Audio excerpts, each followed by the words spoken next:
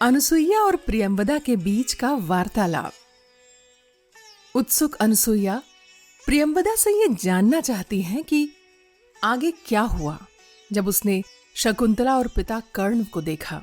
वो जानना चाहती थीं कि दुष्यंत शकुंतला के बारे में जानने के बाद पिता कर्ण की क्या प्रतिक्रिया थी। वो ये जानना चाहती थीं कि पिता कर्ण को कैसे पता चली ये बात। अनुसुईया: प्रियंवदा, आगे तो बता क्या हुआ। प्रियंवदा: अरे जब मैंने देखा तो वहां शकुंतला लज्जा से मुंह नीचा किए खड़ी हैं। फिर पिता कर्ण ने उसे छाती से लगाते हुए कहा, यजमान की आंखें धुएं से बेचैन होने पर भी सौभाग्य से आहुति आग में ही पड़ी। बेटी, जैसे अच्छे शिष्य को विद्या देने से मन को संतोष होता है, वैसे ही अब तेरे लिए भी मुझे कोई चिंता नहीं है। मैं आज ही तुझे ऋषियों के साथ विदा करके तेरे पति के पास भेजे देता हूं। अनुसुईया: पर पिता कर्ण को ये बात बताई किसने?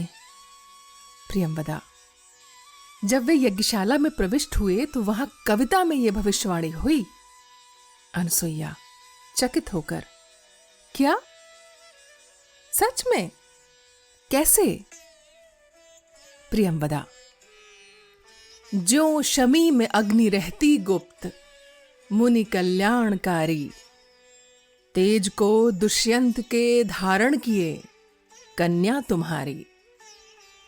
अनुसुईया प्रसन्नता से प्रियंवदा को गले लगाकर कहती हैं, सखी, ये तो बड़ी प्रसन्नता की बात है, परंतु शकुंतला आज ही चली जाएगी, इसका दुख मुझे इस आनंद के समय भी हो रहा है। प्रियंवदा: हां सखी, पर हमें किसी तरह अपने दुख को बहलाना होगा, क्योंकि यह आवश्यक है कि वो बेचारी तो किनारे लगे। इतने दिन से उसकी विरह की दशा मुझसे देखी नहीं जा रही। अनुसुईया: तू ठीक कहती है। देख, उस आम की शाखा में लटके हुए नारियल के कसूरे में मैंने आज के दिन के लिए ही मौलसीरी की माला रख छोड़ी है। तू जरा इसे उतार, तब तक मैं शकुंतला के लिए तीर्थ मृत्तिका, दूब के पत्ते तथा अन्य मंगल सामग्री तैयार करूं।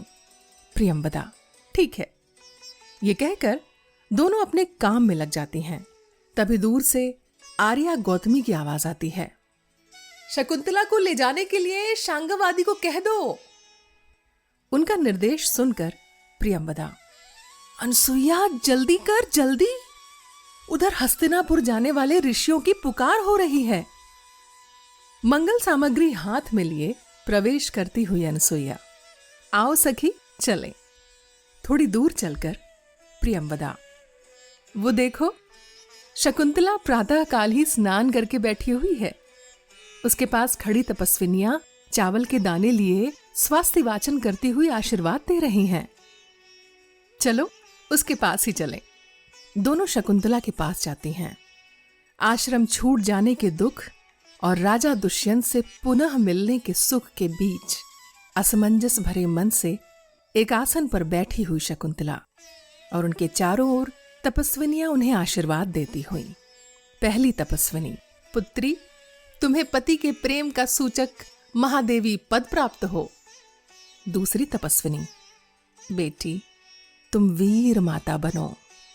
तीसरी तपस्विनी: बेटी, तुम्हें अपने पति से आदर प्राप्त हो। इस तरह आशीर्वाद देकर गौतमी के अतिरिक्त अन्य तपस्विनियां बाहर चली जाती हैं। अनुसुईया और प्रियंवदा: सखी शकुंतला, तुम्हारा यह स्नान सौभाग्यकारी हो। शकुंतला: आओ सखियों, तुम्हारा स्वागत है। यहां इधर बैठो। मंगल पात्र लिए सखियां शकुंतला के पास बैठ जाती हैं। री, तैयार हो जा, तेरा मंगल श्रृंगार करना है अब। शकुंतला: ये तो मेरे लिए बड़ी बात है। अब तो मुझे अपनी सखियों के हाथ का श्रृंगार भी दुर्लभ हो जाएगा। ये कहकर शकुंतला रोने लगती हैं। सखियां, सखी, मंगल के अवसर पर रोना उचित नहीं। सखियां शकुंतला के अश्रु पोंछकर उसका श्रृंगार करने लगती हैं। प्रियंवदा, तुम्हारे इस मनोहर रूप का श्रृंगार तो आभूषणों से होना चाहिए था। आश्रम में जुटाई यह श्रृंगार सामग्री उतनी अच्छी नहीं। तभी उपहार लिए हुए 2 ऋषि कुमारों का प्रवेश। ऋषि कुमार, ये आभूषण है, इनसे श्रृंगार करें देवी। ये देखकर सब चकित रह जाते हैं। तपोवन के आश्रम में इतने सुंदर आभूषण।